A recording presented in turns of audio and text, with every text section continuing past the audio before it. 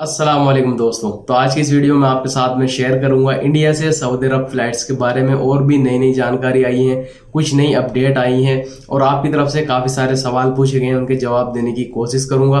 तो वीडियो आप आखिर तक जरूर देखें। और अगर आपने अभी तक भी मेरे चैनल को सब्सक्राइब नहीं किया है तो चैनल को जरूर सब्सक्राइब कर लीजिए, क्योंकि सऊदी अरब की लेटेस्ट न्यूज़ इस चैनल पर मैं लेके आता रहता हूँ। तो सबसे पहले सबसे अच्छी खबर मैं आपको यहाँ पर बता देता हूँ। जो इंडिया के विदेश मंत्री हैं डॉक्टर जयशंकर, उन्होंने कन्वर्सेशन की है सऊदी अरब के minister of state for foreign affairs and member of the council of the minister से। और यहाँ पर फ्लाइट्स के बारे में जो है बातें की गई हैं। और यहाँ पे जो इंडिया के विदेश मंत्री हैं उन्होंने स्वागत किया है सऊदी अरब की गवर्नमेंट का कि जो relaxation of Covid restriction on travel, यानी जो ट्रेवल बैन कर रखा था सऊदी अरब की गवर्नमेंट ने, जैसा कि आपको मालूम है, उसमें थोड़ी सी नरमी दी गई है। जो वैक्सीनेटेड लोग हैं आपको मालूम है कि वो आ सकते हैं, जिन लोगों ने सऊदी अरब के अंदर दोनों डोज लगवाई हो, यहाँ पर कंप्लीट की हो और वो छुट्टी चले गए तो वो अब आ सकते हैं। Hope to see further progress. और उन्होंने कहा कि आगे का जो प्रोग्रेस होगा वो भी जल्दी देखने को मिलेगा। यानी उनका कहने का मतलब यह है कि अभी सऊदी अरब की गवर्नमेंट ने सिर्फ वैक्सीनेटेड लोगों को, यानी सऊदी अरब के अंदर जिन लोगों ने दोनों डोज पूरी की हैं उनको इजाजत दी है। तो इंशाल्लाह मजीद जो है इसमें थोड़ी और नरमी करी जाएगी। और जिन लोगों ने इंडिया में ही दोनों वैक्सीन लगवाई हैं या सऊदी अरब में एक वैक्सीन लगवाई है, इंडिया में एक वैक्सीन लगवाई है, तो उन लोगों को भी इंशाल्लाह जल्दी ही यहाँ पर आने की परमिशन दे दी जाएगी। लेकिन फिलहाल जो अभी पहला जो फेज यहाँ पर स्टार्ट किया गया है वो उन्हीं लोगों के लिए किया गया है जिन लोगों ने सऊदी अरब के अंदर दोनों डोज कंप्लीट की हैं और यहाँ पर दोनों डोज कंप्लीट करके वो छुट्टी चले गए थे। अब वो डायरेक्ट सऊदी अरब आ सकते हैं। और जब वो आएंगे तो उनके लिए भी अल्हम्दुलिल्लाह और भी अच्छी खबरें यहाँ पर आ गई हैं, आप स्क्रीन पर देख सकते हैं। तो यहाँ पर जो है बताया गया है कि जब वो सऊदी अरब आएंगे तो ना ही तो उनको इंस्टीट्यूशनल क्वारंटीन में रखा जाएगा और ना ही उनको होम क्वारंटीन में रखा जाएगा। और एक और बात मैं आपको यहाँ पर बता देता हूँ कि उनका पीसीआर रिपोर्ट भी यहाँ पर नहीं होगा, क्योंकि बहुत सारी कंट्री भी ऐसी हैं कि अगर जो है इंडिया से वो जा रहे हैं वहाँ पर, चाहे वो वैक्सीनेटेड ही क्यों ना हो, तो वहाँ पे ऑन अराइवल उनका पीसीआर रिपोर्ट किया जा रहा है। लेकिन यहाँ पर जो लोग, जिन लोगों ने सऊदी अरब के अंदर दोनों डोज लगवाई हैं, छुट्टी पे गए हैं और वो आएंगे वापस, तो ना ही तो उनको होम क्वारंटीन में रखा जाएगा और ना ही उनको इंस्टीट्यूशनल क्वारंटीन होगा और ना ही उनका ऑन अराइवल पीसीआर होगा सऊदी अरब के अंदर।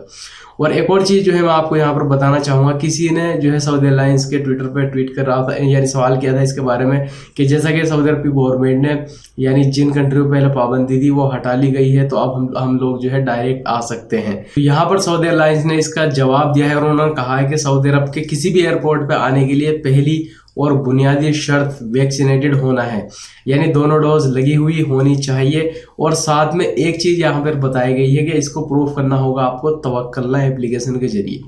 ये बात जो है यहाँ पे नोट करने वाली है, क्योंकि बहुत सारे लोग ऐसे हैं जो सऊदी अरब से छुट्टी गए अपने मुल्कों में और कमेंट आती रहती हैं इसके बारे में कि भाई हमारा जो है तवक्कलना काम नहीं कर रहा, हमारा नंबर खोया गया, किस तरह से बनाए। तो उसमें मैंने कंप्लीट वीडियो बनाई है, आई बटन में उसका लिंक दे दूंगा, आप जो है चेक कर सकते हैं। अगर आपका नंबर खोया गया है या आप जो है यानी पाकिस्तान में मौजूद है, इंडिया में मौजूद है, तो किस तरह से आप अपनी तवक्कलना को दोबारा से बना सकते हैं, इस बात का आप ख्याल रखें। क्योंकि सऊदी एयरलाइंस ने ट्वीट करके इसके बारे में बताया है कि ये चीज़ आपको प्रूफ करनी होगी अपनी तवक्कलना ऐप से कि आपने दोनों डोज लगवा ली हैं सऊदी अरब के अंदर। और एक और खबर जो है मैं आपको यहाँ पर बता देता हूँ, गाका की तरफ से आई है। इसमें जो है बताया यह गया है, वैसे खबर जो है मिस्र के बारे में है, लेकिन सेम रूल्स रेगुलेशन ही होने वाले हैं, क्योंकि मिस्र पर भी पाबंदी लगी हुई थी, अभी इंडिया के साथ में ही हटाई है पाबंदी।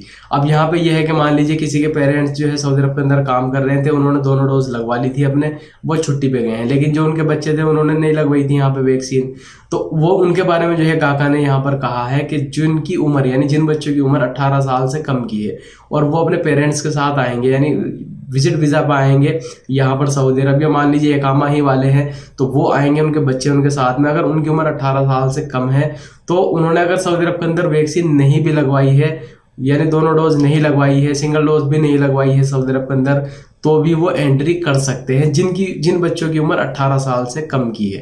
क्योंकि विजिट वीज़ा वाले भी जो है इसके बारे में सवाल करते रहते हैं, इसलिए मैंने आपको जो यहाँ पर बताया है। साइनोवैक और साइनोफार्मा वैक्सीन को भी अप्रूवल दे दिया है, लेकिन यहाँ पे एक शर्त ये बताई गई है कि उनको इन यानी 2 डोज उन्होंने जो है ये लगवा ली हैं, उनको इन दोनों डोज के साथ में एक बूस्टर डोज लगवानी होगी, जो कि सऊदी अरब की गवर्नमेंट ने अप्रूवल कर रखी है। सऊदी अरब के अंदर जो 4 कंपनियों की वैक्सीन है उसमें जो है कोई एक वैक्सीन उनको लगवानी होगी बूस्टर डोज। एक और खबर मैं आपको बता देता हूँ, स्कूल के बारे में लोग जो है कमेंट करते रहते हैं, खासतौर से जो फैमिली ड्राइवर्स है हमारे भाई। यहाँ पर मैं आपको बता देता हूँ, नर्सरी और प्राइमरी के जो स्टूडेंट है वो 30 अक्टूबर से स्कूल जा सकेंगे। यहाँ पर जो है मजीद बताया गया है कि अगर 30 अक्टूबर से पहले भी सऊदी अरब के अंदर 70% लोगों को कोरोना वायरस की वैक्सीन अगर लग जाएगी तो स्कूलों को पहले भी खोला जा सकता है, नहीं तो फिर 30 सितंबर को ही खोला जाएगा।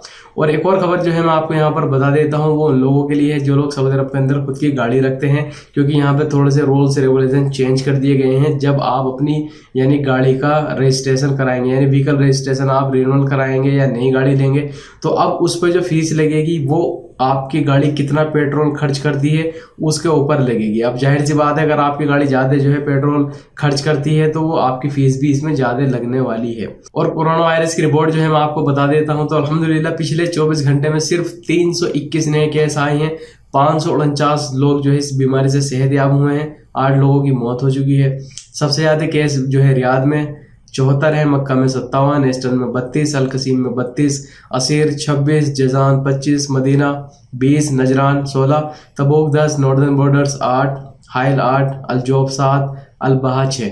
और सऊदी अरब के अंदर अभी जो एक्टिव केस हैं वो हैं 4141, जिनमें से 1083 क्रिटिकल केस हैं जिनको आईसीयू में रखा गया है।